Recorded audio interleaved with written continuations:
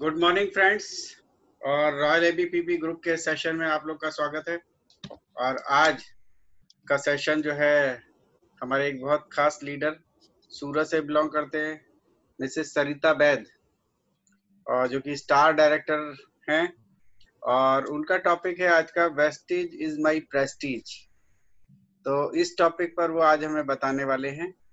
लेकिन उससे पहले मैं शुक्रिया अदा करूंगा हीरेन दादावाला जी का, जिन्होंने एक शानदार सेशन प्रस्तुत किया शाम को यूट्यूब चैनल पर।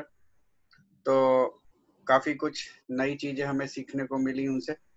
और इसी तरीके से आप लोग भी कहीं पे भी दूसरी जगह इनवाइटेड हो तो हमारे ग्रुप में, व्हाट्सएप ग्रुप में ज़रूर मैसेज भेजें, जिससे कि हम उसको अटेंड कर पाएँ और फिर अपनी प्रतिक्रिया भी दे पाएँ। राइट।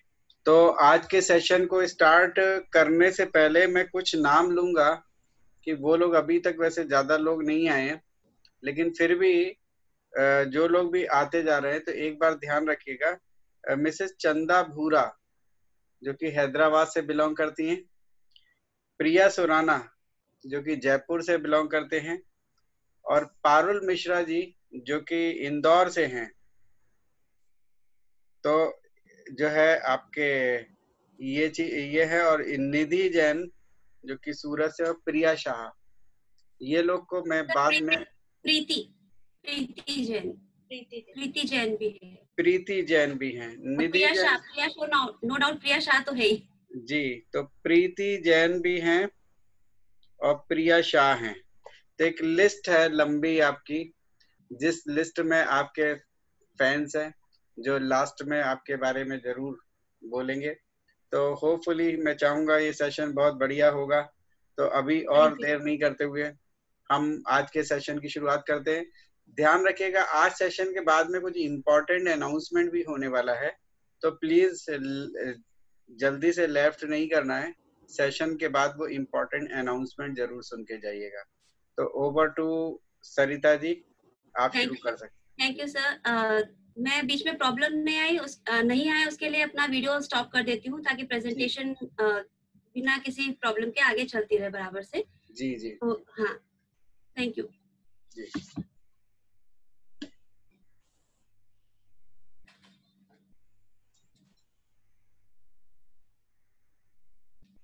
जो आज मुझे सुन रहे हैं उनको सबसे पहले good morning, very good morning to everyone.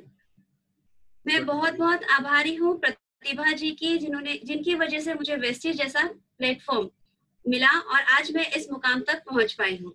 And again thanks to Ashwin sir, Pratibha ji and Hiren sir, जिन्होंने मुझे यहाँ बोलने का मौका दिया, अपने विचारों को प्रकट करने का मौका दिया।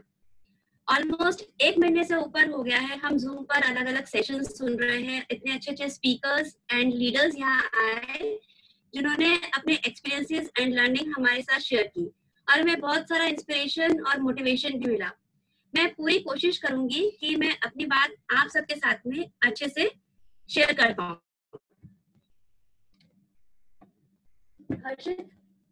छवि सर, 1 मिनट, ये आगे नहीं जा रहा है, मैं एक बार चेक करवा लेती हूँ सर। एक बार उस पर क्लिक करिए, फिर वो लेफ्ट राइट की से आगे बढ़ेगा। छवि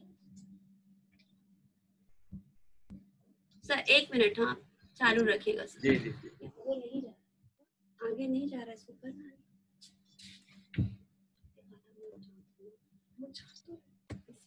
ओके, चलिए सर, हो गया है। सॉरी, बीच में जो बैठे। वैसे तो सर ने मेरे बारे में बहुत कुछ बता दिया है, फिर भी मैं अपने बारे में थोड़ा सा बताना चाहूंगी कि मेरा नाम सरिता है, मैं सूरत से हूँ। जैसा कि आप देख रहे हैं, प्रेजेंटेशन का नाम मैंने दिया है वेस्टेज इज माय प्रेस्टीज।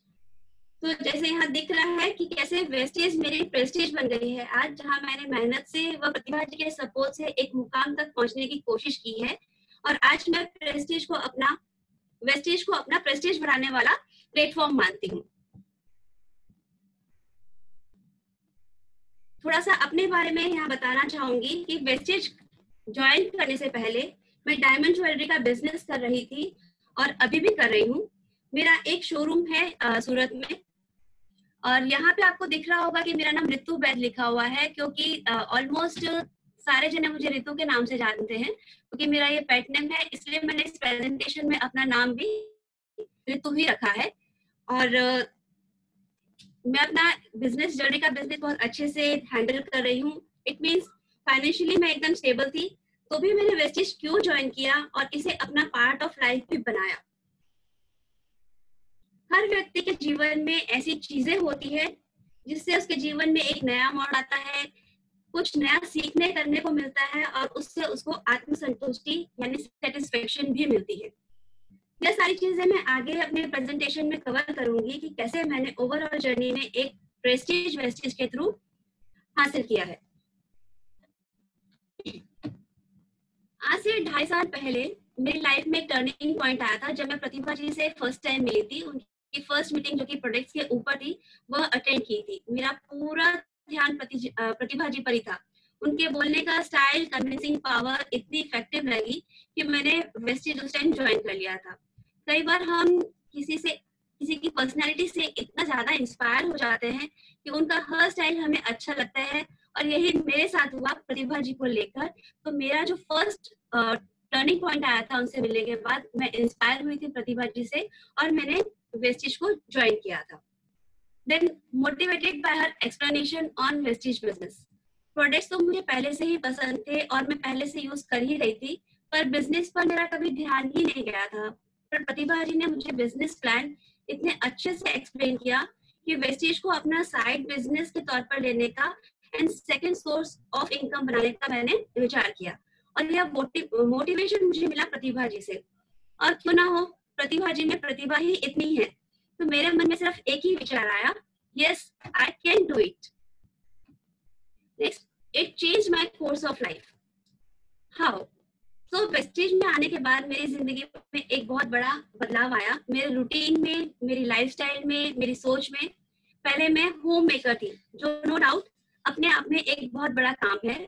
अपने ज्वेलरी बिजनेस को अपनी सिस्टर के साथ हैंडल कर रही थी, लेकिन जब वेस्टिज में जुड़ी तो ये फीलिंग पैदा हुई कि मैं भी कुछ ऐसा एक्स्ट्रा कर सकती हूँ, और कैसे मैं लोगों को अपने साथ जोड़ूं, उनको एनकरेज करूं और अपने गोल की तरफ आगे बढ़ सकूं। पहले वही होता था, घर से शोरूम एंड देन शोरूम से घर, बाद में टीवी, मोबाइल, इधर उधर का या टाइम पास।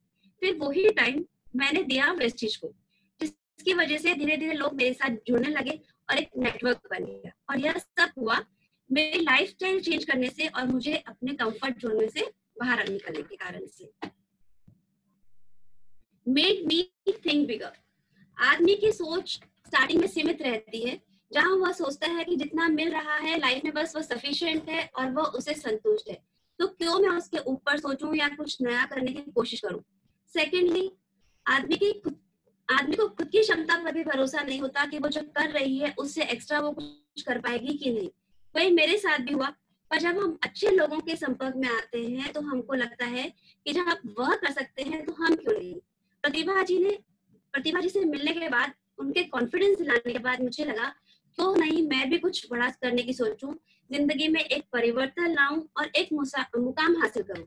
तो यह एक बड़ा टर्निंग पॉइंट था जो मेरी जिंदगी में आया and which made me think bigger. आज की सिचुएशन को देख लीजिए, जहां हम ज्वेलरी शोरूम को खोलने के लिए अभी सोच भी नहीं सकते हैं, वहां मैं घर बैठे अपने वेस्टिज का बिजनेस अच्छे से कर भी रही हूँ, रोज कुछ नया नया सीख रही हूँ और अपने बिजनेस को मैंने बढ़ाया ही है। तो ये क्वारंटाइन मेरी लाइफ में एक सेकेंड टर्निंग पॉइंट लेकर आया है, ऐसा मुझे लग रहा है। What drives me? ऐसी कौन सी चीजें हैं जिन्होंने मुझे वेस्टिज को करने के लिए एक मोटिवेशन दिया। ऐसी बहुत सी बातें हैं जिन्होंने वेस्टिज कंटिन्यू करने के लिए मुझे प्रेरित किया। जैसे कि मैंने आपको बताया कि मैं फाइनेंशियली स्टेबल थी, एक इनकम ऑलरेडी ले रही थी, तो भी मैंने इसे क्यों कंटिन्यू किया। तो नो डाउट पैसा बहुत कुछ होता है, पर उसके अलावा भी बहुत सी चीजें ऐसी होती हैं जो आपको कुछ करने के लिए प्रेरित करती हैं।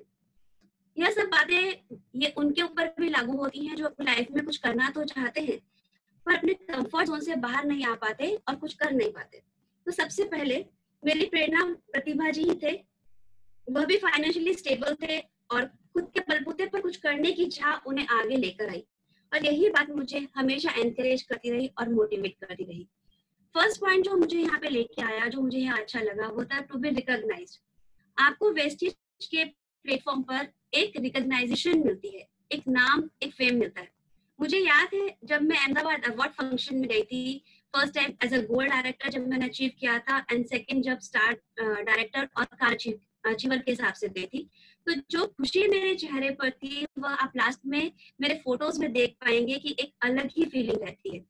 और मुझे अपने बचपन के स्कूल कॉलेज का टाइम भी उस टाइम याद आ गया था, क्योंकि मुझे स्टार्टिंग से हर चीज में पार्टिसिपेट करने का शौक था, जैसे डांस है या म्यूजिक है या दूसरी कुछ क्रिएटिव चीजें हैं। तो मुझे बहुत से प्राइजेस भी मिला करते थे और मैं बहुत बार स्टेज पे भी गई थी। तो जब 30 साल बाद जब मैं वापस स्टेज पे चढ़ी, तो मुझे याद आया कि ये सब चीजें मैं बहुत पीछे छोड़ आई थी, जो वेस्टेज के द्वारा मुझे वापस मिल रहा है। वह ऋतु जो कहीं गुम हो गई थी, आज वापस आई है। सिर्फ ये हुआ सिर्फ मेरे कंफर्ट जोन से निकलने की वजह से। नेक्स्ट जो पॉइंट है वो है क्रिएट माय ओन आइडेंटिटी। 80% लोग पैसे के लिए वेस्टेज ज्वाइन करते हैं, क्योंकि ज्वाइनिंग के टाइम ये उनकी नीड होती है, पर अपनी मेहनत से लोगों के पास पैसे के साथ साथ recognisation, identity as a gift Vestige में उनको मिल जाता है। इट मीन्स आइडेंटिटी एक बहुत बड़ा रीजन है वेस्टेज में कुछ कर दिखाने के लिए। जब मैंने वेस्टेज ज्वाइन किया था, शुरू किया था एज अ बिजनेस, तो कई लोगों ने मुझे बोला तुझे जरूरत क्या है ये सब करने की, सब कुछ तो ठीक ठाक चल रहा है। पर यह वही लोग अब मुझे बोलते हैं यार तूने एक पहचान बना ली है, एक जगह बना ली है वेस्टेज में। और प्रतिभा जी, ये आपको बोलना चाहूंगी, अब आपके सपोर्ट से मुझे अभी और आगे और ऊंचाइयों तक जाना है, क्योंकि ये तो अभी एक स्टार्टिंग है। नेक्स्ट आता है मेक पीपल इंस्पायर। यह बिजनेस इंस्पिरेशन का है। जैसे मैं प्रतिभा जी से इंस्पायर हुई, मैं भी चाहती हूँ कि एक मुकाम हासिल करूँ और दूसरों को इंस्पायर कर सकूँ, उनके जीवन में भी परिवर्तन लाने का जरिया बन सकूँ। मुझे देखकर भी लोगों को प्रेरणा मिले और उनमें बदलाव आए, तो यह मेरे लिए जिंदगी का बहुत बड़ा मकसद पूरा करने जैसा होगा। जो शक्तियां आप में हैं आपको भी नहीं पता। कई लोगों में कई प्रकार के एक्स्ट्राऑर्डिनरी एनर्जीज होती हैं, वह एनर्जी हम बाहर निकाल नहीं पाते हैं। जो एनर्जीज प्रतिभा जी में है, जैसा कि उनके नाम में ही है प्रतिभा, उन्होंने अपनी एनर्जीज को समझ लिया और वह प्रतिभा को बाहर लेकर आए, पर हम अभी तक ऐसा कर नहीं पाए हैं, इसीलिए अभी हम अपने मुकाम तक पहुंच नहीं पा रहे हैं। पता है, आपके अंदर एक बटरफ्लाई छुपी हुई है जो उड़ना तो चाहती है पर अपने पंख नहीं फैला पा रही। बस आपको जरूरत है एक ऐसे व्यक्ति की जो आपके पंख फैलाने में आपको इंस्पायर कर सके। बस मैं चाहती हूँ वो इंस्पिरेशन बनना, आप सभी को अपने साथ एक उड़ान के लिए तैयार करना, और यह मकसद पूरा होगा मेरा सिर्फ और सिर्फ वेस्टेज के थ्रू। Next, get rewarded. रिकॉग्नाइजेशन तो जैसा मैं आपको पहले बता चुकी हूँ, नाम और फेम, एंड रिवॉर्ड जो मुझे ट्रॉफीज के रूप में मिला, कार फंड, ट्रैवल फंड, जो रिवार्ड ही है। और जो कार मैंने वेस्टेज के थ्रू ली, वह मेरे लिए बहुत बड़ा रिवार्ड है। बच्चे जब कभी मुझसे पूछते हैं मम्मी मैं आज आपकी कार ले जाऊं, तो मुझे बहुत बड़ा प्राउड फील होता है कि कार मैंने अचीव की है।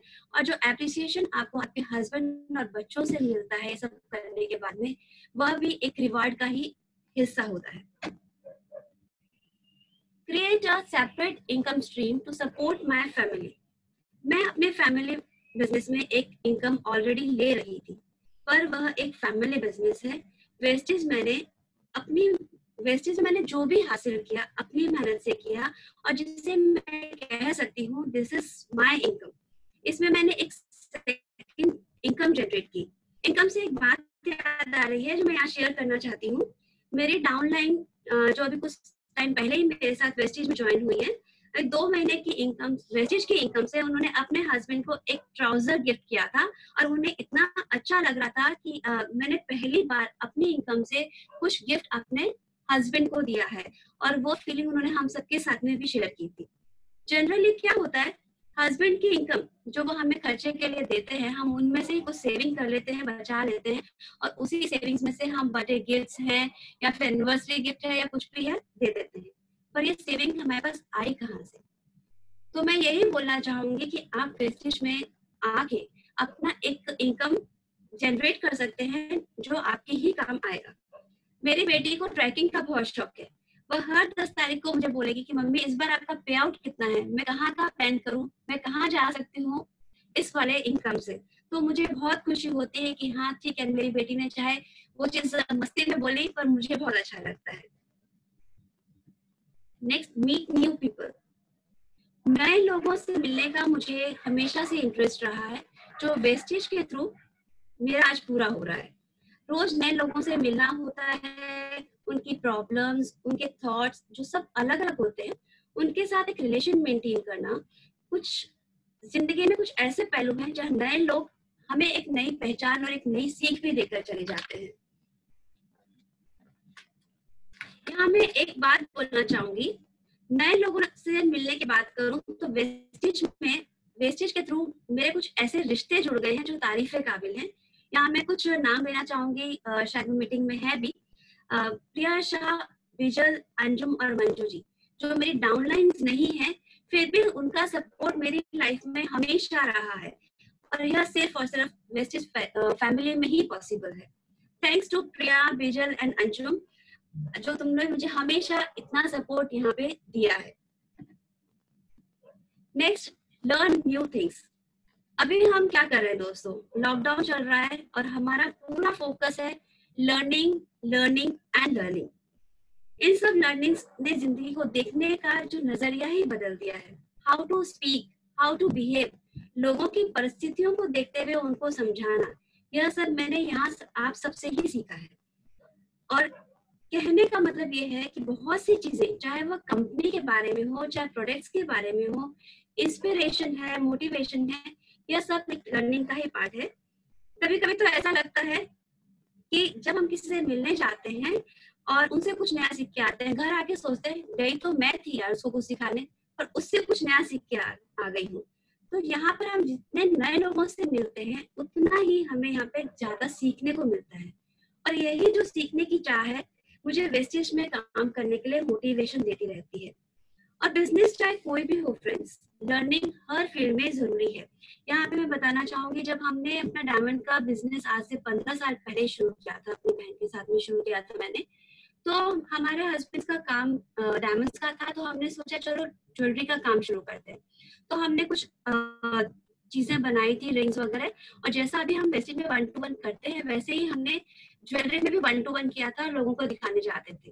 तो लोगों के हमेशा कुछ क्वेश्चंस होते थे कि डायमंड का साइज क्या है, डायमंड कौन सी क्वालिटी का है, तो हमें इन सब चीजों के बारे में कुछ पता ही नहीं होता था। तो लर्निंग हमें वहां पे भी जरूरी लगी, और हमने वहां पे भी क्लासेस की, और उसके बाद अपने बिजनेस को आगे कंटिन्यू किया। तो यही होता है कि हमें लर्निंग हर फील्ड में जरूरी होती है। तो वेस्टेज में आने के बाद मैंने बहुत सी ऐसी चीजें सीखी है जो मेरे लिए एकदम नई थी। वेस्टेज में आने के बाद हम ज्यादातर ऐसे लोगों से मिलते हैं जो थोड़ी नेगेटिविटी लेकर चलते ही हैं। तो उन नेगेटिव लोगों के जो क्वेश्चंस होते हैं, जो उनको जो हमसे वो पूछते हैं, वैसे वो प्रतिभा जी ने हमें बहुत अच्छे से बताया था कि ये क्वेश्चंस आपके सामने आएंगे और आपको उनको बहुत अच्छे से हैंडल करना है। तो कुछ क्वेश्चंस जो मेरी जर्नी में यहाँ पर मुझे सुनने को मिले, वो मैं आपके साथ शेयर करना चाहती हूँ, और मैंने उनका जवाब किस तरीके से उन लोगों को दिया। यहाँ पे आप देखिए, फर्स्ट क्वेश्चन जो आता है वो नॉर्मली सब जने पूछेंगे, what is guarantee of products. पहले तो उन्हें ये बताना पड़ता है कि गारंटी तो डॉक्टर्स भी नहीं लेते हैं, ऑपरेशन से पहले ही हमसे साइन करवा लेते हैं। तो इसका मतलब ये नहीं है कि डॉक्टर्स का ट्रीटमेंट गलत है। इसी तरह हमारे प्रोडक्ट्स की फुल गारंटी है, लेकिन वह आपको क्या रिजल्ट देंगे और कितने दिन में देंगे, ये आपकी बॉडी पे डिपेंड करता है, आपकी प्रॉब्लम्स पे डिपेंड करता है। बिकॉज ये सप्लीमेंट्स है, मेडिसिन नहीं है, ये धीरे धीरे अपना इफेक्ट देते हैं और आपकी इम्यूनिटी को बढ़ाते हैं। नेक्स्ट जो क्वेश्चन नॉर्मली आता है, चेन सिस्टम। भाई ये चेन सिस्टम है, हम नहीं करेंगे। तो आपने जो चेन सिस्टम की इमेज बना ली है वो गलत है। चेन तो हर जगह है, चाहे आप घर में ही देख लें, रोटी से बनाने तक देख लें कि किसान से गेहूं आएगा, पिसवाया जाएगा, उसको गूंथा जाएगा, रोटी बनाई जाएगी, तब हम खाते हैं। तो क्या ये चेन सिस्टम नहीं है? ऐसे ही रिलायंस है, मैकडी है, मेट्रो है, ये बड़ी बड़ी कंपनीज क्या कर रही है, ये भी एक चेन सिस्टम ही चला रही है, पर वहां आपको एक बड़ा अमाउंट देकर डिस्ट्रीब्यूटरशिप लेनी पड़ती है। पर वेस्टेज में आपको विदाउट एनी इन्वेस्टमेंट आप वहाँ के डिस्ट्रीब्यूटर बन जाते हैं और अपना एक बिजनेस स्टार्ट कर देते हैं। तो चेन सिस्टम में मेरे हिसाब से कोई भी प्रॉब्लम नहीं है, आप आराम से इसको कर सकते हैं। देन लॉट्स ऑफ कंपनीज, ऐसा सोचना नए व्यक्ति के लिए गलत नहीं है, क्योंकि वह आपको जानते हैं, वेस्टेज को नहीं। तो एश्योरिटी तो आपको ही दिलानी पड़ेगी। और इसमें आंसर जो मेरा हमेशा रहा है, मैंने यही किया है कि फ्रेंड्स, मैंने वेस्टेज को ज्वाइन किया है। मैंने जब ज्वाइन करने से पहले इसके साथ चीजों को अच्छे से डिटेल्स पढ़ ली थी, इसके बारे में पता कर लिया था। तो यू डोंट वरी, मैंने भी इसको बहुत सोच समझ के ज्वाइन किया है, इसके सारे जो मैनेजमेंट है उसके बारे में पता किया है। तो मैं तुम्हें कोई भी गलत राय नहीं दूंगी, कोई गलत चीज नहीं बताऊंगी, तो आप मुझे इजीली ज्वाइन कर सकते हैं।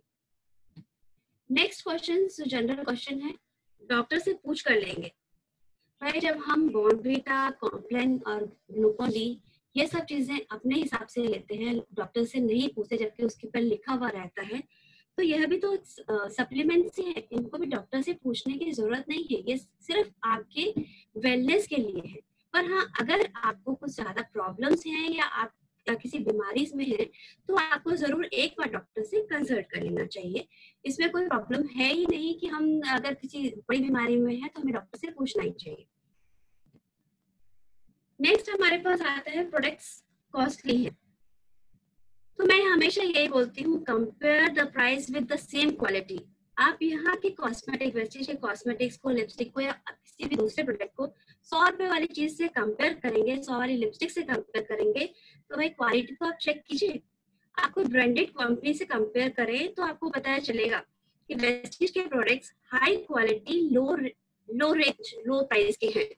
एंड सेकेंडली, यह सब डिपेंड करता है आपकी पॉकेट पर कि आपको सस्ता लगता है कि महंगा लगता है। लेने वाले काफी हैवी क्वालिटीज की, हैवी प्राइसेस की चीजें भी लेते हैं और लेने वाले वही चीज 50 रुपए में भी लेते हैं। इसलिए ये मायने नहीं रखता, कि आपकी पॉकेट पर डिपेंड करता है कि प्रोडक्ट आपके लिए कॉस्टली है कि नहीं है। नेक्स्ट जो क्वेश्चन थोड़ा रेयरली आता है, पर फिर भी कोई कोई पूछेगा कि स्टेरॉइड्स तो नहीं है। तो इसमें तो बस क्वेश्चन में कोई दम ज्यादा नहीं है। जो कंपनी अपने प्रोडक्ट्स दूसरी कंट्री में सेल कर रही है, वहाँ की गवर्नमेंट इसे अप्रूव कर रही है, और तो इन चीजों पे हम डाउट कर ही नहीं सकते। 100% ये इंटरनेशनल क्वालिटी के प्रोडक्ट्स हैं। यहाँ पे आपको सोचने की बिल्कुल भी जरूरत नहीं है कि इसमें कुछ भी आपको गलत मिलेगा। ये सबसे कॉमन क्वेश्चन है, सोप ऑयल का काम है, हमें नहीं करना। अब बोलिए, कोई भी काम छोटा बड़ा नहीं होता। एक बात तो अब समझ में आ गई, और मेरे ख्याल से अब शायद ये बात सबको समझ में आ गई होगी कि इस सिचुएशन में सिर्फ यही काम तो चल रहा है। मैं ज्वेलरी की शॉप कब खोलूंगी अभी सोच भी नहीं रही हूँ, पर वेस्टेज के प्रोडक्ट्स यूज भी कर रही हूँ और उसका काम भी मैं अभी तक कर रही हूँ और सबके साथ डील भी कर रही हूँ। तो ये सब चीजें ऐसी हैं कि हमारी डेली रूटीन की चीजें हैं, तो इसको करना कोई बड़ा इशू नहीं है। इसको ईगो बनाने जैसा कोई काम नहीं है। आज आप देख लीजिए, वो शॉप्स जहाँ पे सोप ऑयल मिल रहा है, वो वहाँ पे लंबी लंबी लाइनें हमें देखने मिल रही है। तो it's not a big deal. तुम्हें कितना आता है? क्योंकि जब हम स्टार्टिंग में लोगों के पास जाते हैं, कई बार हमारे पे आउट्स भी बहुत बड़े बड़े नहीं होते, क्योंकि हमारा भी स्टार्टअप होता है। पर फिर भी मुझे कभी कभी इन क्वेश्चंस पे हंसी आती है। सेम प्रोडक्ट्स को लेकर आदमी एक छोटी शॉप भी करता है, और उन्हीं प्रोडक्ट्स को लेकर दूसरा आदमी एक बड़ा शोरूम भी खोल लेता है। तो कितना आएगा या आता है, ये डिपेंड करता है आप उसमें कितना टाइम डालते हैं, कितनी एनर्जी डालते हैं। फिर भी आंसर तो देना ही होता है। तो मेरा आंसर हमेशा यही रहता है कि मैं इसको पार्ट टाइम कर रही हूँ, तो मेरा उस हिसाब से आता है। मेरे अपलाइन की मैं जरूर प्रतिभा जी का चेक में जरूर दिखाती हूँ, और तुम अगर इसको फुल टाइम करोगे तो नो डाउट तुम्हारा तो मेरे से भी ज्यादा आएगा। अभी कुछ ऐसे छोटे छोटे क्वेश्चंस हैं जो वेस्टेज ज्वाइन करेंगे उनके सामने ऐसे क्वेश्चंस आएंगे भी, पर हमें अपनी नॉलेज से उन क्वेश्चंस को हैंडल करना है, और ये इतना मुश्किल काम भी नहीं है। जीतने का मजा तभी आता है जब लोग आपके हारने का इंतजार कर रहे हो, क्योंकि यहाँ पे लोग नेगेटिविटी लेके आएंगे। लोगों को यही हमेशा यही लगता है कि ये क्या करेगी, कुछ नहीं होने वाला, कुछ टाइम में छोड़ देगी। तब मैं उनको यही बोलती हूँ, जीतने का मजा तभी आता है जब लोग आपके हारने का इंतजार कर रहे हो। अगर आप सही हो तो कुछ भी साबित करने की कोशिश मत करो, एक दिन वक्त आपको गवाही देगा।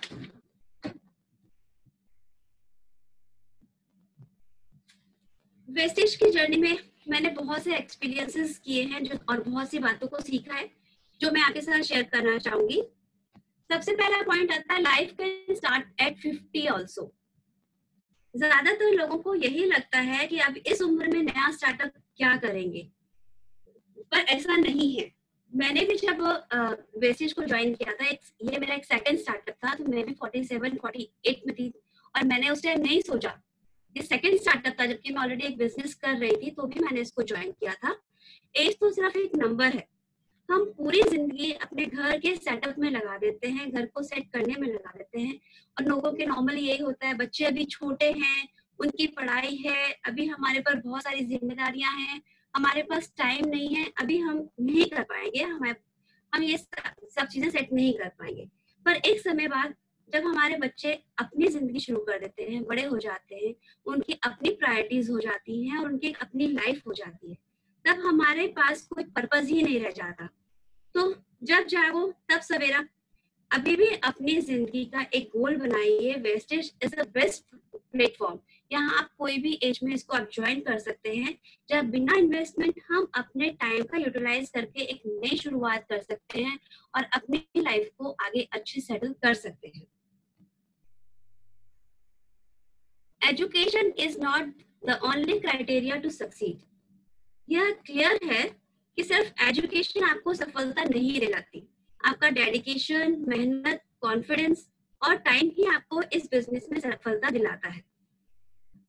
पूजा जी खेंगर ने बताया भी था कि वो ज्यादा एजुकेटेड नहीं है, पर आज इस बिजनेस में वो इतनी सक्सेस है कि कोई एजुकेटेड पर्सन भी नहीं हो पाता है। वो लाखों में कमा रही हैं, उनके पास अपनी एक BMW भी है। तो जब मुझे बहुत सी लेडीज ये सब बोलती हैं कि हम पढ़े लिखे नहीं हैं, हम नहीं कर पाएंगे, हमसे नहीं होगा, तो मैं हमेशा उन्हें पूजा जी का ही एग्जाम्पल देती हूँ कि जब वो लेडी अभी तक अपने आप को सीखने से पीछे नहीं रख रही है, वो सब कुछ कर सकती है, तो एजुकेशन इज नॉट इम्पोर्टेंट। अभी तक आप क्या थे यह इम्पोर्टेंट नहीं है, आगे आप क्या नया करेंगे और कैसे करेंगे यह इम्पोर्टेंट है। आप बिजनेस को सीखने में कितना टाइम देते हैं यह ज्यादा मायने रखता है। इस बिजनेस की बेसिक रिक्वायरमेंट आपकी प्रीवियस एजुकेशन नहीं, इसकी रिक्वायरमेंट है आपके ड्रीम्स, आपके सपने, विलिंग टू लर्न, आप कितना सीखना चाहते हैं, and how ready you are to do hard work, आप कितनी मेहनत करने के लिए तैयार हैं। और ये तीनों पॉइंट्स मैंने मयंक सर से समझे हैं, सीखे हैं। मयंक सर ने अपने सेशंस में ये तीनों पॉइंट्स बताए थे कि ये 3 चीजें हमें इस बिजनेस में चाहिए, जो कि एजुकेशन से भी बढ़कर है। तो इसमें फ्रेंड्स क्यों ना हम अपनी कमजोरी को ही अपना हथियार बना लें। यहाँ मैं एक कहानी के थ्रू आपको बताना चाहूंगी। एक व्यक्ति बहुत पहलवान था और वह अपना नाम कमाना चाहता था पहलवानी में, और वह उसके लिए मेहनत भी कर रहा था। पर अचानक एक दिन उसका एक्सीडेंट हो जाता है और उसका लेफ्ट हैंड कट जाता है। वह आदमी एकदम मायूस हो जाता है कि उसका सारा सपना, जो उसने सपने देखे थे, सब अधूरे रह जाएंगे। फिर भी वह एक गुरु के पास जाता है और उनको पहलवानी सिखाने के लिए बोलता है। गुरु रेडी हो जाता है और बोलता है तुम बीच में कुछ भी नहीं बोलोगे, जो मैं सिखा रहा हूँ बस तुम वही चीजों को सीखते जाओगे। व्यक्ति बोलता है ठीक है, कोई बात नहीं, आप मुझे सिखाना तो शुरू कीजिए। गुरु कंटिन्यू 1 साल तक उसे एक ही दाव पे सिखाता है और दूसरे जो उसके चेले होते हैं उनको बहुत सारी चीजें, वो नई नई चीजें सिखाता रहता है। ये व्यक्ति सोचता भी है कि क्या चक्कर है, गुरुजी मुझे कुछ नया क्यों नहीं सिखा रहे, पर वह बीच में कुछ बोलता नहीं है। ऐसे ही 2 साल निकल जाते हैं, पर गुरुजी उसको सिर्फ एक ही चीज कंटिन्यू सिखाते रहते हैं। इसी बीच एक कंपटीशन आता है जिसमें वो व्यक्ति को भी पार्ट लेना होता है, और जब उसका नंबर आता है तो उसकी लड़ाई उस आदमी के साथ होती है जो अब तक सबको हरा चुका होता है और बहुत ताकतवर होता है। फिर भी वह कटे हुए हाथ से उससे फाइटिंग करता है और जीत जाता है। कारण ये होता है कि जो दावपेच, जो स्टाइल गुरुजी ने उसको सिखाया था, उसका सिर्फ एक ही तोड़ है कि वो दूसरा सामने वाला आदमी उसका लेफ्ट हैंड पकड़कर जब तक उसको नहीं गिराएगा वो उसको नहीं हरा पाएगा। पर इस आदमी का तो लेफ्ट हैंड था ही नहीं, तो सामने वाला उसके आगे टिक ही नहीं पाया। तो कहने का मतलब ये है, आप अपनी नॉलेज वेस्टेज में इतनी स्ट्रॉन्ग कर लो कि आपकी कमजोरी ही आप खुद ही भूल जाओ और आप इतना आगे बढ़ जाओ कि आपको लगे कि मेरे में कोई कमजोरी है ही नहीं। आप अपनी कमजोरी को ही अपना हथियार बना सकते हैं। अपने दिल की सुनिए, उसे सच में पता होता है कि आप क्या बनना चाहते हैं। आपको पता है, पहचान से मिला काम थोड़े समय के लिए रहता है, पहचान से बना मिला काम थोड़े समय के लिए रहता है, लेकिन काम से मिली पहचान हमेशा के लिए रहती है। इसलिए अपने काम से अपनी पहचान बनाइए, ना कि आप ये सोचिए कि मेरी उम्र हो गई है या मेरी एजुकेशन कम है या मैं कुछ नहीं कर पाऊंगी। नेक्स्ट हमारे आगे आता है एप्रिसिएशन इज बिगेस्ट मोटिवेटर। तो आदमी को जिस चीज में प्रोत्साहन मिलता है, उसे काम करने की इच्छा, उसका इंस्पिरेशन और ज्यादा दुगना हो जाता है, मोटिवेशन उसको ज्यादा मिलता है। जैसे हम कोई म्यूजिक कॉन्सर्ट में या कवि सम्मेलन में जाते हैं, तो दर्शक अगर कलाकार का तालियों से उनका मनोबल बढ़ाते हैं, तो उनका जो परफॉर्मेंस है वो डबल हो जाता है, उनका जो जोश है वो डबल हो जाता है और वह महफिल में 4 चांद लगा देता है। इसी तरह जब काम में हमें अप्रिशिएशन मिलता है तो और या कुछ एनकरेजिंग वर्ड्स हमें सुनने मिलते हैं, तो हमारा काम करने का उत्साह और ज्यादा हो जाता है। तो प्रोत्साहन जो है आदमी की पूरी जर्नी में एक बड़ा योगदान प्रदान करता है। जब हमारे सीनियर्स हमें प्रोत्साहित करते हैं, तो हमें भी हमारे डाउनलाइंस को समय समय पर प्रोत्साहित करते रहना चाहिए। हर व्यक्ति में एक प्रतिभा होती है। यहाँ मैं अपने वाली प्रतिभा जी की बात नहीं कर रही हूँ। तो हर व्यक्ति में एक प्रतिभा होती है, तो जब उसको प्रोत्साहन मिलता है तो उसकी प्रतिभा और निखर जाती है। सेकेंडली, प्रोत्साहन के साथ साथ अगर हमारी गलतियों को भी बताने वाला कोई हो, तो हमारे काम में और ज्यादा परफेक्शन आने लग जाती है। यहाँ भी मैं छोटी सी आपको एक कहानी के थ्रू ये बात बताना चाहूंगी कि एक गांव में एक मूर्तिकार अपने बेटे के साथ रहता था और बचपन से उसका बेटा मूर्तियां बनाना उसे सीख रहा था। धीरे धीरे बेटा एक अच्छा मूर्तिकार भी बन गया, पर बाप उसकी हर मूर्ति में कुछ ना कुछ कमी निकाल ही देता था। और ठीक है, बेटा कुछ नहीं बोलता था और वो उन गलतियों को ठीक कर देता था। धीरे धीरे उस बेटे की जो मूर्तियां थी वो अच्छे भाव में बिकने भी लगी और बाप से ज्यादा पैसा बेटे को मिलने लगा। फिर भी बाप उसकी हर मूर्ति में कुछ ना कुछ कमी निकालता रहता था और बेटा फिर भी उसमें से कमियां ठीक कर देता है। जो बाप बोलता वो अपनी उस कमियों को ठीक कर लेता। पर लास्ट में बेटा भी थक गया और उसने एक दिन बोल ही दिया, पापा आपको तो मेरी हर मूर्ति में कमी नजर आती है, लोग तो मुझे इतना अप्रिशिएट करते हैं। तो बाप ने उसकी कमियां निकालना बंद कर दिया। कुछ दिन तो बेटे की मूर्तियां बहुत अच्छे भाव में बिकती रही, लोग उसके पास आते रहे, पर धीरे धीरे वहां उसके पास लोग कम आने लगे, उसको पैसा भी कम मिलने लगा। तो उसने अपने बाप से पूछा कि ऐसा क्यों हो रहा है, मैं तो वही हूँ, वैसे ही मूर्तियां बना रहा हूँ, फिर भी लोग मेरी मूर्तियों में इतना इंटरेस्ट क्यों नहीं ले रहे। तो बाप बोला, जब तक मैं तुम्हारी मूर्तियों में गलतियां निकाल रहा था, तुम उसमें सुधार कर रहे थे, फिर तुमने अपने आप को परफेक्ट समझ लिया, तुम में जो सुधार हो रहा था वो बंद हो गया और तुम अपने आप को परफेक्शन के पे लाके वहां पे स्टॉप हो गए। इसलिए तुम्हारी मूर्तियां भी कम बिकने लगी और तुम्हें भाव भी कम मिलने लगे। तो बेटे की समझ में आ गया कि एप्रिसिएशन के साथ साथ हमारी कमियों को अगर निकालने वाला कोई होगा तो हमारे में सुधार आता जाएगा और हम और अच्छा परफॉर्म करते जाएंगे। इसीलिए अपलाइन जो आपकी गलतियां निकालती हैं या हम डाउनलाइंस के लिए कुछ बोलते हैं, तो ये आपके लिए ही अच्छा होता है, ताकि आप अपने बिजनेस को और ज्यादा आगे और अच्छे से बढ़ा सके। नेक्स्ट है पर्सुएशन कैन ब्रिंग रिजल्ट्स। लगातार कोशिश करते रहने से हमें अच्छे रिजल्ट्स मिल सकते हैं। कहते हैं ना कि लगातार एक पत्थर पर अगर पानी गिरता रहे तो उस पत्थर में भी खड्डा हो जाता है। कई बार हम अपने प्रोस्पेक्ट्स को इसलिए छोड़ देते हैं कि एक बार बता तो दिया यार, छोड़ो अब नहीं बताऊंगी, या फिर एक कन्विंस ही नहीं हो रहा, छोड़ो हमें नेक्स्ट इसके पास नहीं जाना है, हम कुछ और करेंगे। पर ये गलत है। सामने वाले का नो हमेशा नो नहीं होता। आप हमेशा उसके साथ, उसने उस दिन ना कर दिया कोई बात नहीं, पर आप हमेशा उसके साथ कांटेक्ट में रहें। अपने सक्सेस की फोटोज या अपने मोटिवेशनल वीडियोस या फिर अपने प्रोडक्ट्स के बारे में उसके साथ कुछ ना कुछ शेयर करते रहें और उससे अपना एक लिंक बना के रखें। तो कुछ टाइम बाद उसको लगेगा कि नहीं, ये अभी तक इस बिजनेस को कंटिन्यू कर रही है, इसने कुछ एक मुकाम हासिल कर लिया, तो कुछ ना कुछ तो जरूर है इस बिजनेस में, तो क्यों ना मैं एक बार और वापस इस चीज को समझूं। तो देखिएगा आपको इस चीज का रिजल्ट जरूर मिलेगा। इसीलिए कभी भी किसी के भी नो को हमेशा नो नहीं समझना चाहिए, क्योंकि ये मेरे साथ तो बहुत बार हुआ है कि जिसको मैं आज से 6 महीने पहले प्लान दिखा के आई थी और 6 महीने बाद मैं जब वापस उनसे कांटेक्ट में आती हूँ उनको, क्योंकि मैं अपने वीडियोस या अपने कुछ ना कुछ परफॉर्मेंसेस उनको भेजती रहती हूँ, तब उनका ये एक मेरे पास आता है कि ऋतु तू क्या कर रही है, थोड़ा बता, हमने पहले तो इंटरेस्ट नहीं लिया था पर ऐसा लगता है कि हाँ नहीं, अब हमें थोड़ा इंटरेस्ट इसमें लेना चाहिए। तो कभी भी किसी के नो को नो मत समझिए। Reaching first milestone requires maximum efforts, then success pulls you up. कहने का मतलब ये है, जब भी हम कोई नया स्टार्टअप करते हैं तो बहुत सी प्रॉब्लम्स आती हैं और ये नेचुरल है। कोई भी नए बिजनेस में आप आएंगे तो आपके साथ नए प्रॉब्लम्स तो आएंगी ही आएंगी।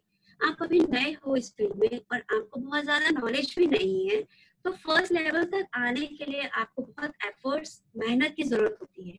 अगर हमने इस दौरान गिव अप नहीं किया तो आपकी सक्सेस ही आपको आगे लेकर जाएगी, क्योंकि जब तक आप काफी नॉलेज ले चुके होंगे, आप उन प्रोडक्ट्स के बारे में समझ चुके होंगे, आपको पता चल चुका होगा कि मैं कहाँ गलतियां कर रहा था, हम उसमें सुधार लेके आ जाते हैं।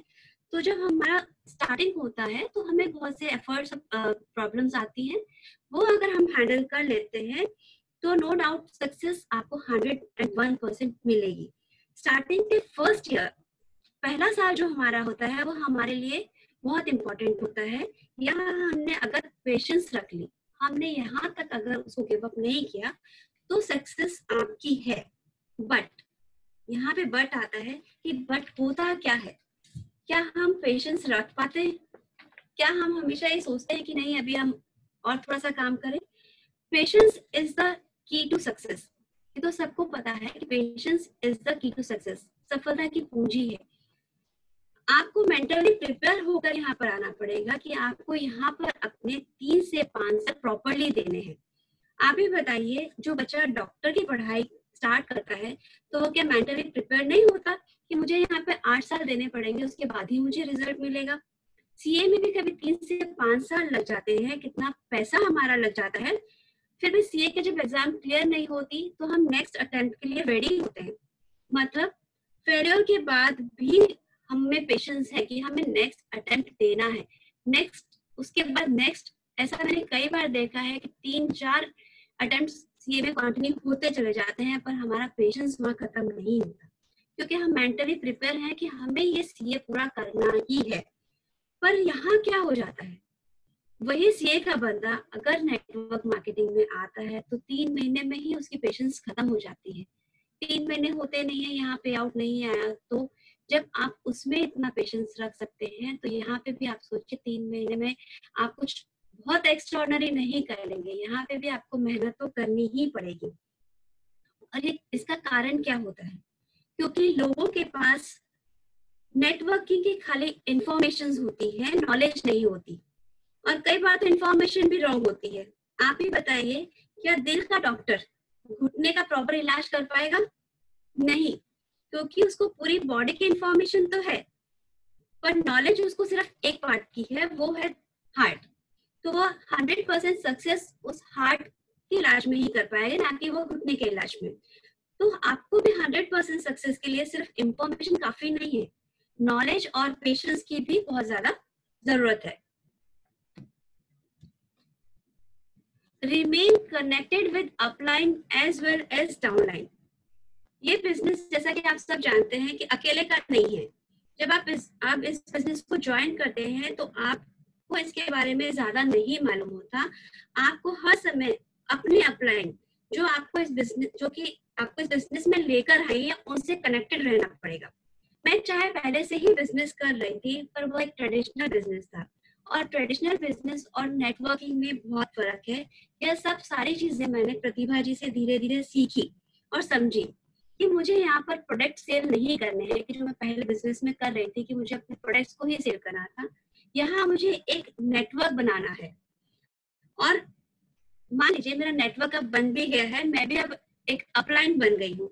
तो जो मैंने अपने अपलाइन से सीखा, प्रतिभा जी से सीखा, वही मुझे अपने डाउनलाइन को सिखाना है और उन्हें भी गाइड करना है कि कैसे आप इस बिजनेस में आगे जा सकते हैं। जो प्रॉब्लम्स मुझे आई और जो मैंने सीखा वही चीजें मैं अपने डाउनलाइन को भी सिखाती रहूंगी।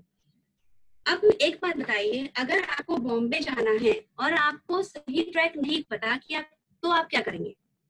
फर्स्ट, या तो खुद को जो समझ आएगा उस हिसाब से चल देंगे, चाहे ट्रेन गलत हो, चाहे वो बस गलत हो, आपने पकड़ ली, पता चला बॉम्बे की जगह आप अहमदाबाद वाली ट्रेन में बैठ गए। सेकंड, 10 जगह खुद धक्के खाएंगे, पता करेंगे, फिर लास्ट में बस या ट्रेन पकड़ेंगे, बहुत सारा टाइम आपका निकल जाएगा।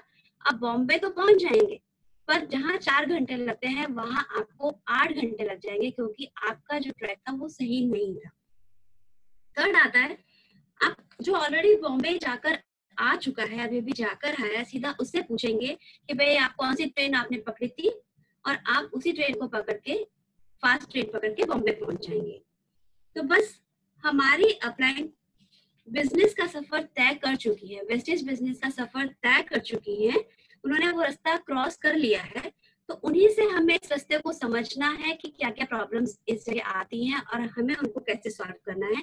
और यही चीजें हमें अपने डाउनलाइंस को भी बतानी है कि ये प्रॉब्लम्स आती हैं, आप उसके लिए पहले से ही मेंटली प्रिपेयर रहिए। ये तो जो जर्नी में मैंने यहाँ पे बहुत सारी चीजें सीखी, वो मैंने आप सबके साथ में शेयर की है। और कुछ अचीवमेंट्स मैं आपको अपने बताना चाहूंगी। मैंने जैसे पहले कहा था कि जो खुशी अपने को मिलती है, ये आप मेरे इन फोटोज में देख पाएंगे।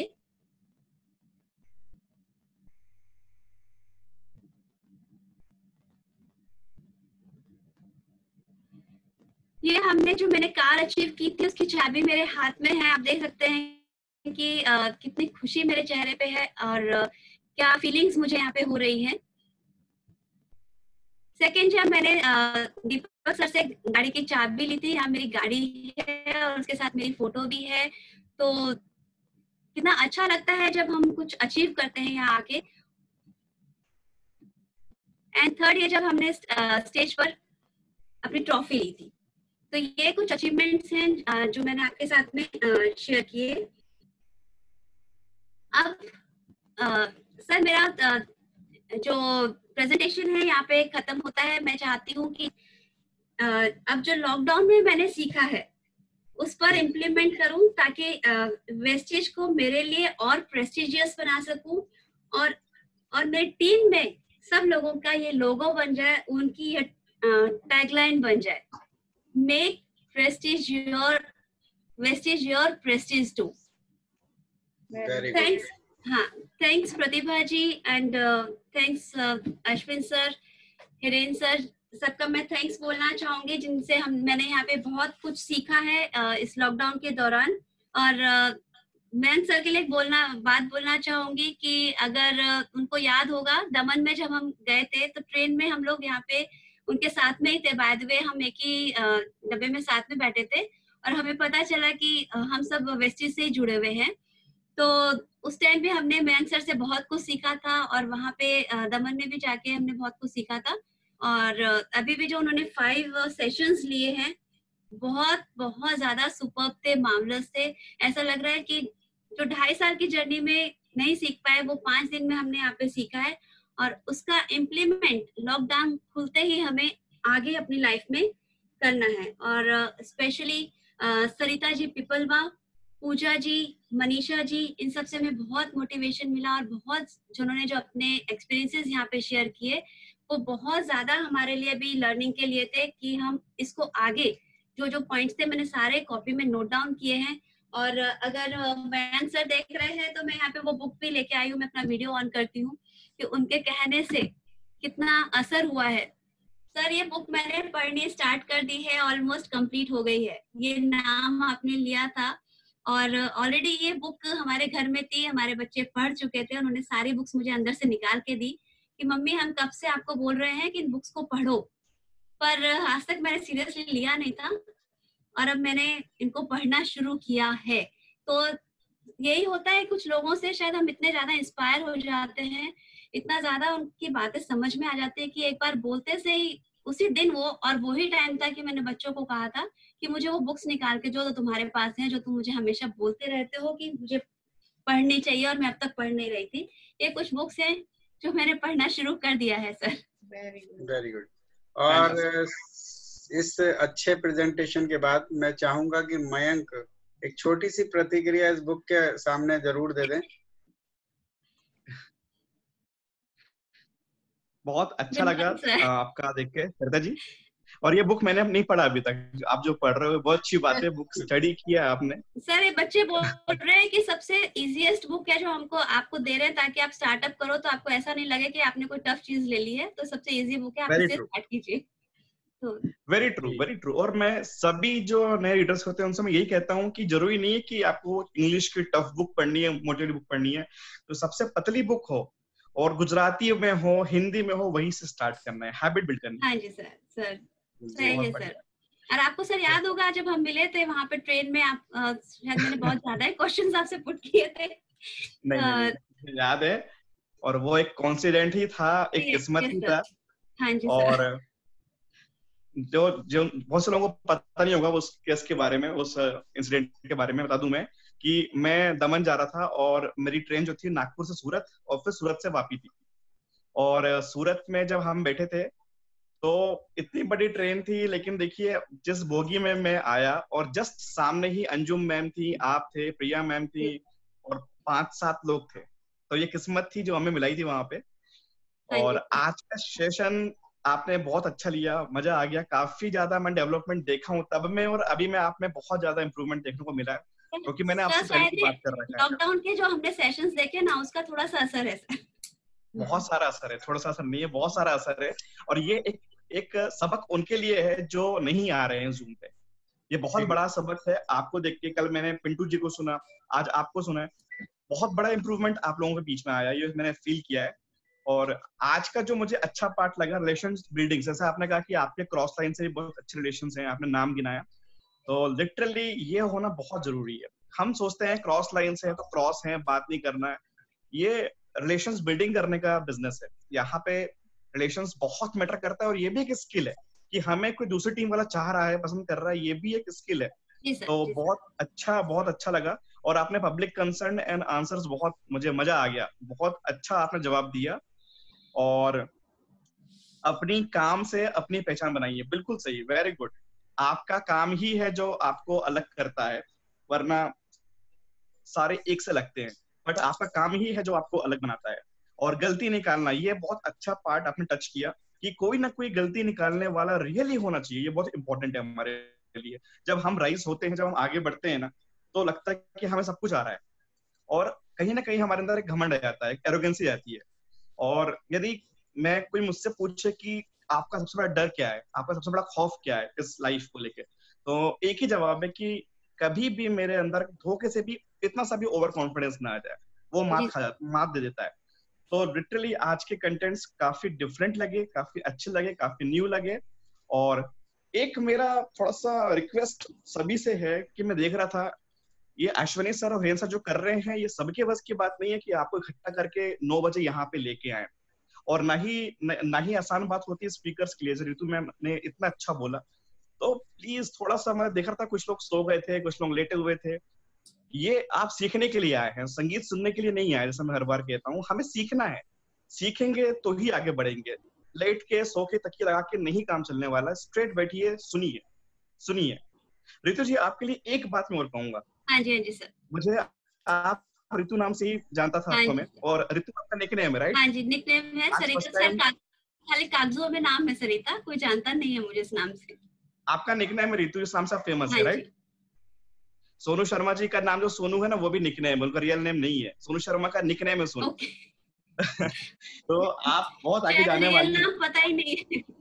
नहीं, बहुत अच्छा किया and fantastic, keep it up, बस लगे रहिए। बस एक बात यहाँ बोलना चाहूंगी आप लोगों के लिए स्पेशली, जीतने वाले अलग चीजें नहीं करते, वो चीजों को अलग तरीके से करते हैं। ये चीज हमने यहाँ पे सीखी है। फैंटास्टिक, बहुत अच्छा लगा आपको देख के, बहुत बड़ा अपग्रेड, बहुत बड़ा चेंजेस आया आपके अंदर। बस कीप इट अप, लगे रहिए। Thank you sir. Thanks Mayank और आपके इस अच्छे कमेंट के लिए। और अभी आपने जो नाम सुझाए थे उसमें सबसे पहले आपके एक साथी जो यहाँ सामने दिख रहे हैं, प्रिया शाह, तो उनका थोड़ा कमेंट ले लेते हैं। हाँ जी sir, good morning. Good morning. कैसा लगा आपको आज का? बहुत अच्छा लगा। और रितु जी की तो मैं बहुत अच्छी फ्रेंड भी हूँ और हमारा बहुत अच्छे से टूनिंग है। और एक चीज मैं बताना चाहूंगी रितु जी के लिए कि बहुत पॉजिटिव लेडी है जी। थोड़ा भी कोई नेगेटिव बोलता है लेकिन वो पॉजिटिव आंसर देती है जी। और मुझे उससे बहुत सीखना मिल रहा है। लेकिन वो मुझे कहती है कि प्रिया मुझे तुझसे बहुत सीखना मिलता है, लेकिन यहाँ पे उल्टा है, मैं उससे देख के भी बहुत मोटिवेट होती हूँ। और दूसरी चीज मुझे उसकी बहुत अच्छी लगती है कि छोटी छोटी बातों में वो अप्रिशिएट करती है जी। व्हाट्सएप भी करती है और कॉल भी करती है। तो मुझे ये बहुत उससे अच्छी प्रेरणा मिलती है कि बहुत अच्छी है रितु। और उसने आज सेशन लिया तो बहुत अच्छा लगा। और उसने जो स्टोरी बनाई कि हमारी कमी निकालने वाला भी चाहिए, तो ऐसे सर आप तो है ही, लेकिन कभी कभी हम रितु जी और दूसरे एक दो लोग से भी हम पूछ लेते हैं। तो ये बिजनेस ने हमें सबको जोड़ के रखा है, तो मुझे बहुत अच्छा लगता है आज के, चलो हमने बिजनेस तो किया लेकिन एक अच्छा रिलेशन भी मेंटेन किया। तो thank you so much Neetu कि आपने मुझे मौका दिया बोलने का। और मुझे ऐसा लगता है कि मुझे भी बहुत जल्दी से मीटिंग देनी चाहिए, क्योंकि जो मयंक सर अभी बोले हैं तो मुझे भी ऐसा लगा कि नहीं, हम पीछे नहीं हट सकते जी। और थैंक यू सो मच। जी, अभी आपको जो है नए सेशन में हम आपको इनवाइट करने ही वाले हैं प्रिया, तो आने वाले समय में। प्रिया और साथ में अभी मेरे पास चंदा भूरा जी जो है अनम्यूट करा है, और ये भी रितु जी ने बोला है कि ये इनको अनम्यूट करना ताकि उनकी भी सपोर्टर है, रेस्पॉन्स ले सकें। ये हैदराबाद से बिलोंग करते हैं और आपकी टीम के सदस्य हैं। तो चंदा भूरा जी, आपको मेरी आवाज आ रही है? हाँ हाँ आ रही है। Good morning everyone. आज का प्रेजेंटेशन मुझे बहुत ही प्रभावित किया।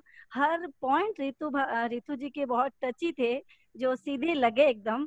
और जनरली कहूंगी तो बस इतना कहना चाहूंगी कि ये आज के सेशन में और हमेशा हमें बड़ा सोचना ही सिखाती हैं, हमेशा कुछ करने के लिए ही प्रेरित करते हैं, जो कि आज उन्होंने अपने सेशन में भी बताया है। और सेकंड कि उन्होंने एक कहा कि एप्रिसिएशन इज बिगेस्ट मोटिवेटर। तो इसमें मैं सिर्फ इतना कहना चाहूंगी कि वो मैंने चाहे फास्ट 8 किया हो, चाहे मैं एक मीटिंग भी लेके आती हूँ तो दे के आती हूँ, तो भी वो हमें बहुत अप्रिशिएट करती हैं, कहती है तुमने बहुत अच्छा किया है और आगे जाओगे। तो यही है कि जब भी मैं उनसे बात करती हूँ हमेशा मुझे एक एनर्जी जो है, एनर्जी और भी ज़्यादा लगती है।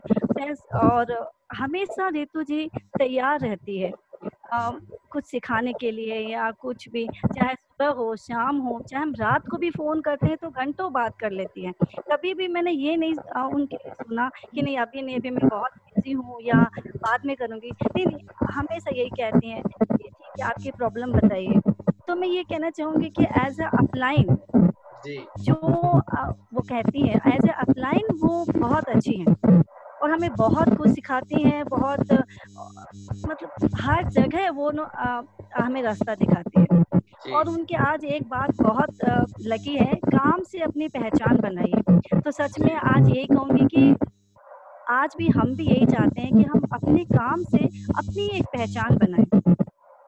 थैंक यू सो मच चंदा जी। और जो है अभी मेरे सामने है प्रिया सुराना जी। और प्रिया सुराना जी, आपको अनम्यूट कर रखा है, आप जयपुर जाकर के तो बिल्कुल अलग ही हो गए। सूरत में थे तब तक तो आपके फोन मन भी प्रतिभा पे आते रहते थे। नहीं ऐसा कुछ नहीं है sir. Good morning first of all, good morning to all Vestigians, warriors, ABPB group members. सबसे पहले मैं होप करती हूँ कि आप सभी अपने अपने घरों में सुरक्षित और स्वस्थ होंगे, जैसे कि अभी कोरोना चल ही रहा है और साथ साथ में सारी अपनी सप्लीमेंटेशन ले ही रहे होंगे अपनी हेल्थ को ठीक रखने के लिए। मैं भी थोड़ा बहुत कुछ कहना चाहती हूँ आज इस सेशन में। मेरी बिजनेस पार्टनर, मैं यहाँ बिजनेस पार्टनर शब्द इसलिए यूज कर रही हूँ कि मैंने मयंक सर का सेशन अटेंड किया था, जिसमें उन्होंने कहा था कि अपनी अपलाइन को आप कभी भी अपलाइन ना बोलिए, आप उनको अपना बिजनेस पार्टनर बोलिए।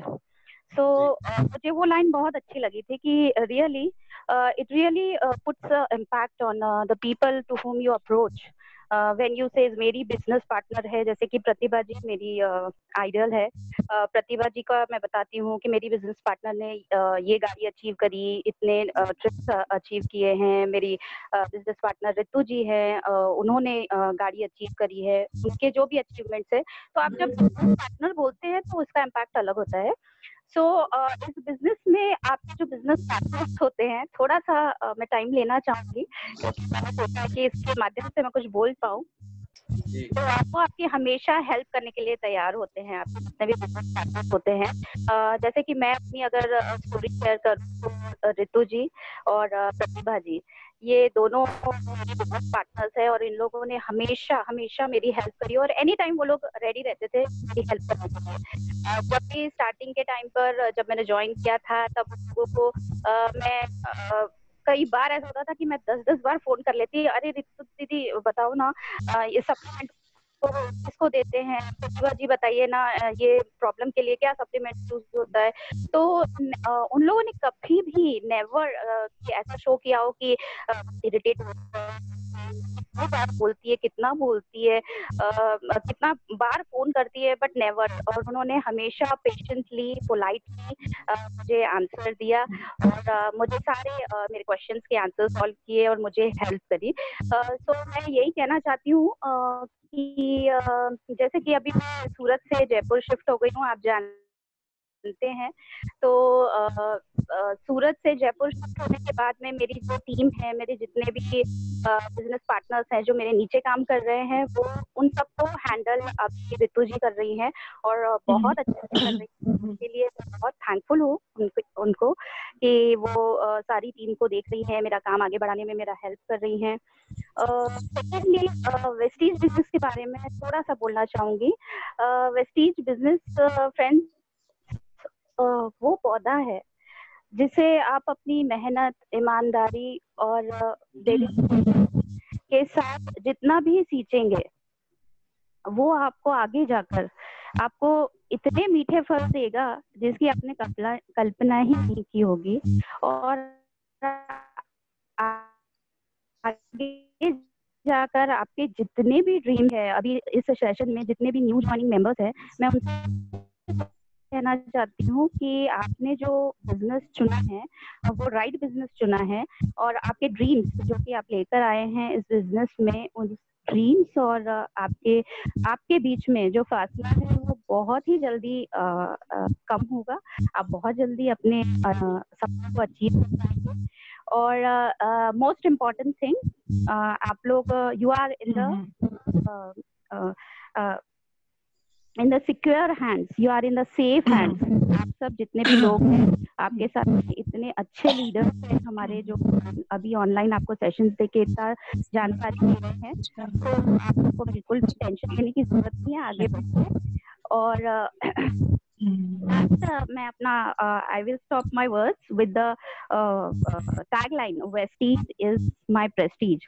सो आप सबने जिन्होंने भी काम किया होगा आगे, उसमें आप लोग को प्रेस्टीज मिली होगी कि नहीं मिली होगी, बट जब आप वेस्टीज करेंगे तो ये गारंटी है कि आपको प्रेस्टीज तो मिलनी ही मिलनी है। Prestige is the complimentary. तो मैं यही विश करती हूँ कि जितने भी लोग हैं जो सुन रहे हैं वो सब आगे बढ़े और मैं भी आगे बढ़ूं। और मैं बहुत थैंकफुल हूँ प्रतिभा जी और रितु जी, मेरी दोनों बिजनेस पार्टनर, उन्होंने मुझे हमेशा हेल्प करी है और आगे भी एक्सपेक्ट यही करती हूँ कि आगे भी वो मुझे ऐसी हेल्प करते रहे। और एक चीज और मैं भूल गई कि मैं जब जयपुर आई तो मैंने दोनों से कहा कि मुझे आपकी मीटिंग्स चाहिए, यहाँ पे मैं अपना बिजनेस बढ़ाना चाहती हूँ, तो प्लीज आप लोग आएंगे क्या। तो मेरे एक बार कहने पर